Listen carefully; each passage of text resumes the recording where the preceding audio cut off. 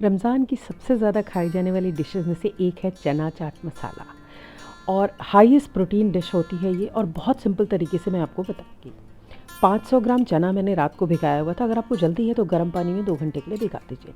Pressure cooker चढ़ाइए और उसमें 2 बड़े चम्मच तेल डाल दीजिए, 3 तेज पत्ता और 4-5 हरी मिर्च डाल दीजिए। मिर्च आप अपने हिसाब से एडजस्ट करिए।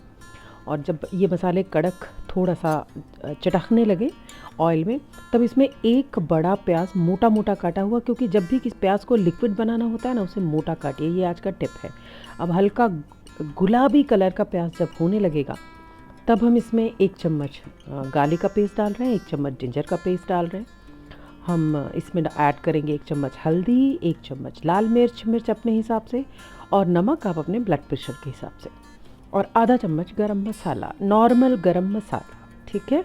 अब आप इसको गोल्डन होने तक भूनिए। जब ये गोल्डन होने लगेगा तब हमारे पास जो चना रखा हुआ है भीगा, हम उसको इसमें डाल देंगे। अब 2 मिनट तक खुली आंच पे इसी तरीके भूनिए। उसके बाद इसमें 1 कप पानी ऐड कर दीजिए। पानी ज़्यादा नहीं चाहिए क्योंकि हमको 4 सीटी में कुकर खोल देना है। 4 सीटी हो गई है।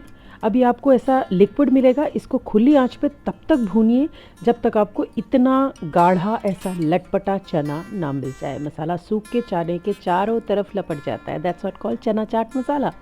गार्निश अपने अपने तरीके से करते हैं, बहुत सारे अलग अलग तरीके से, लेकिन बेसिक गार्निश है बारीक कटी हुई प्याज, बारीक कटी हुई मूली, बारीक कटा हुआ टमाटर, थोड़ा हरा धनिया, हरी मिर्चें, लोग गाजर और काकड़ी भी डालते हैं, पर आप चाट मसाला और नींबू का रस डालिए और ये रेडी है। सबसे सिंपल तरीका था इसको बनाने का।